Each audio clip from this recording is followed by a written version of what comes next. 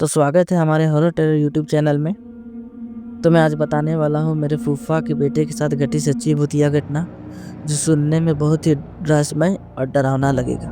तो वीडियो को आखिरी तक देखिएगा। साथ ही चैनल में नए हैं तो हॉरर टेरर यूट्यूब चैनल को सब्सक्राइब कर दीजिएगा।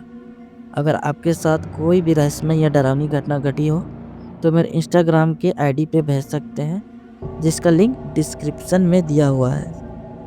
अगर वीडियो आपको पसंद आए तो वीडियो को लाइक और कमेंट जरूर कीजिएगा।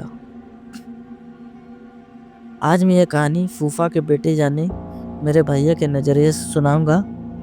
तो ज़्यादा समय नहीं लेते हैं और वीडियो को शुरू करते हैं और खो जाते हैं अंधेरे की दुनिया में।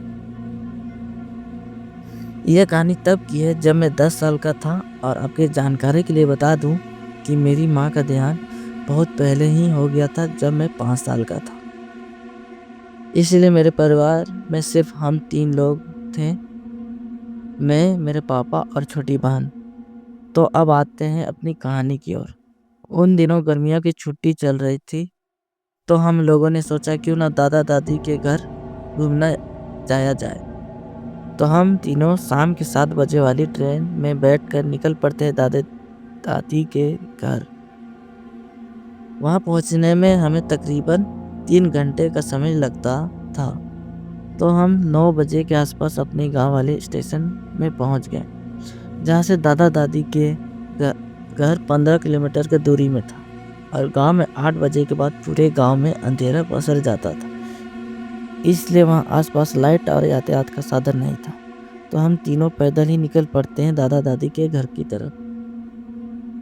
चलते चलते रास्ते में हमें पुल पड़ता है, और चलने के रास्ते में आमने सामना वही था। उस रास्ते में चलते चलते हमें पुल में एक सफ़ेद आकृति दिखाई देती है, जो हमारी ओर देख रही थी। फिर अचानक वहाँ ठंड बहुत बढ़ जाती है। उसे देख के मैं और मेरी बहन बहुत ज़्यादा डर गए थे।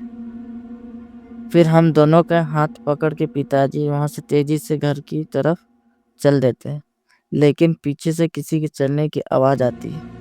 फिर पिताजी ने अचानक पीछे मुड़ा और उस आकृति की ओर बिना डरे उस आकृति की ओर गाली देने लगते हैं। फिर देखते देखते हवा में वह आकृति गायब हो जाती है। फिर हम थोड़ी देर बाद घर पहुंच जाते हैं। फिर दादा दादी को यह सारी घटना बताते हैं, तो उन्होंने बताया कि कुछ दिनों पहले उस पुल पर एक लड़की ने कूदकर अपनी जान दे दी थी।